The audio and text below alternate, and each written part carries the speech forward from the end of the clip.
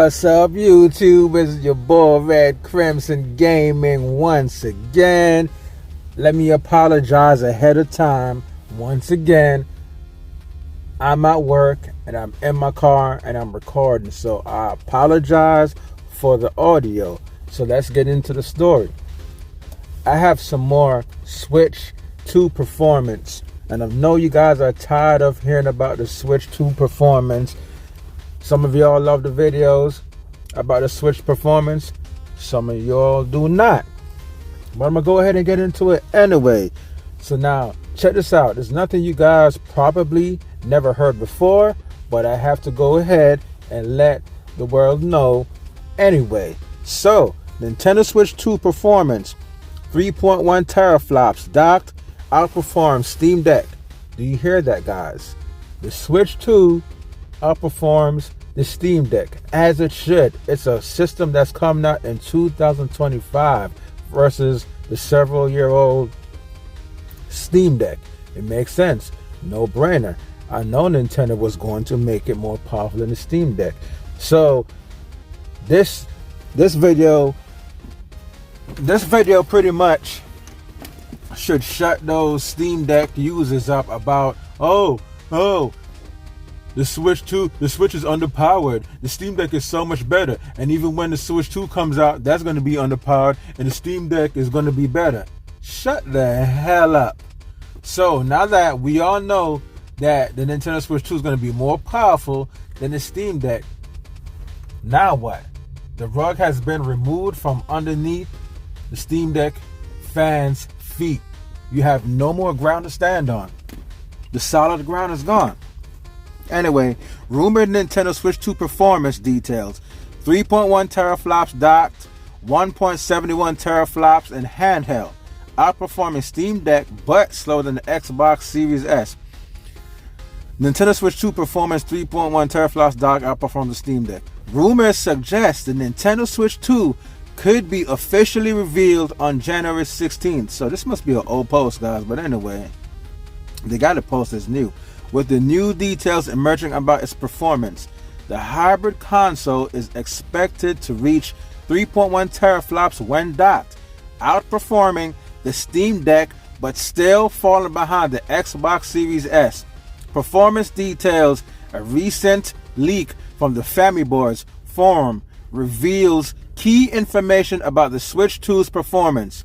GPU architecture. The console's GPU is reportedly based on NVIDIA's Ampere technology. Clock speed. When docked, the GPU runs at approximately 1 gigahertz when docked. That's pretty good. Resulting in a nominal performance of 3.1 teraflops.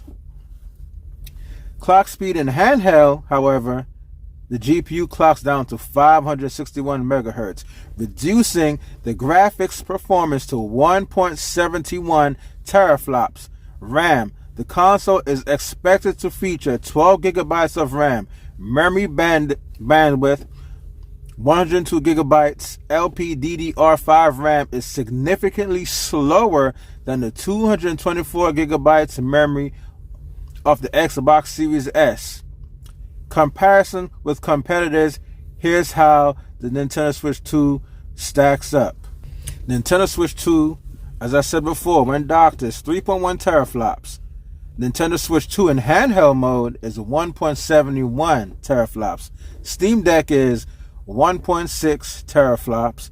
Xbox Series S is 4 teraflops. PlayStation 5 is 10.28 teraflops. Xbox Series X, which is the highest, at 12 teraflops. While the Switch 2 is projected to be faster than the Steam Deck, it will lag behind the current gen consoles like the Xbox Series S.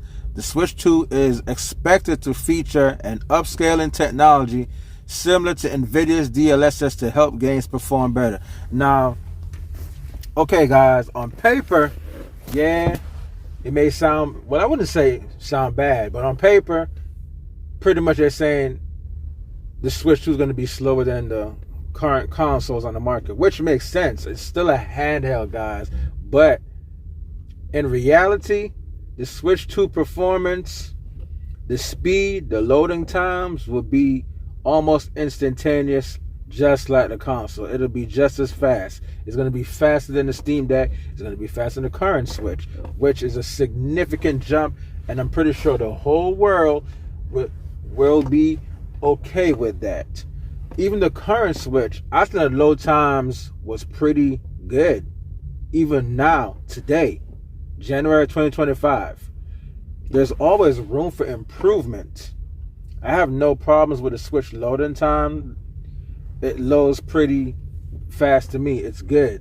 Could have been slower, but it's good. So as long as the Switch 2 is a significant leap, which it is, over the current Switch in every way, that's fine. So I don't even know why this is even mentioned, because in the real world, the difference won't be that big of a gap.